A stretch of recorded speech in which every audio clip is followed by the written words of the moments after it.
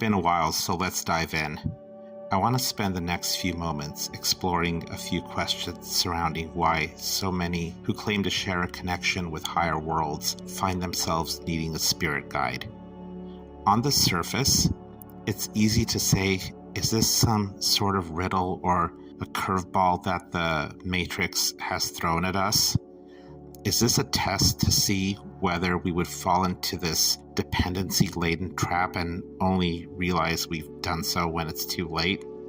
There is, however, a larger message that lurks in this cloud.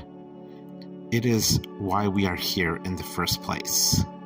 This realm was created to allow us to see this, to learn from it, and walk out of it with strength and resilience like we've never before experienced.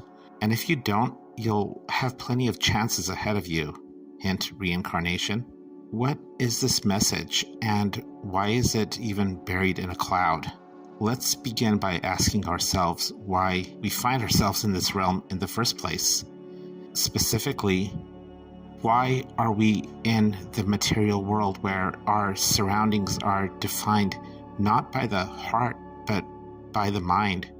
Most of what surrounds us tells us to perceive time in a linear fashion. We see geometry rather than experience imagery. Emotions have biological manifestations connected to them. We are human. We are spiritual beings in a carbon-based flesh suit. We are fallible. We operate within dichotomies. We need to understand pain in order to realize pleasure. We need to discern the experience of being in the cold in order to realize warmth.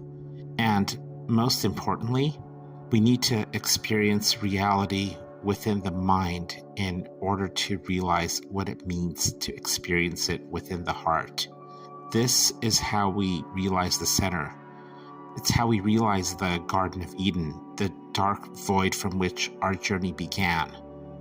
The mind sees geometry, the heart sees imagery, and this distinction will become clear in a bit.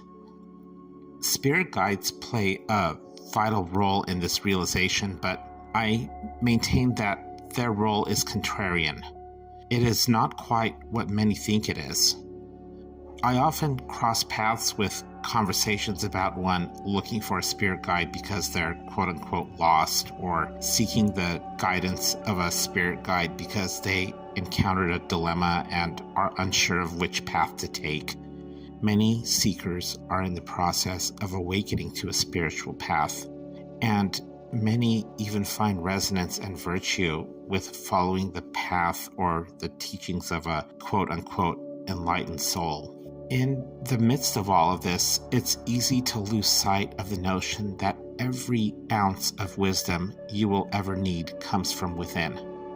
Spirit guides will of course tell you otherwise, but it's even easier to lose sight of the fact that we are surrounded by mirrors. Wherever you look, the reality projected toward you is in your own image. Read image, not geometry. Geometry is mind-centered, but image is heart-centered. Sometimes we need a stark reminder of this, as do I. So why do spirit guides even exist? Why is there a desire to look toward a supposedly enlightened being? What do they offer that can't be realized by you from within? When one looks to the outside for virtue, what are they actually looking for?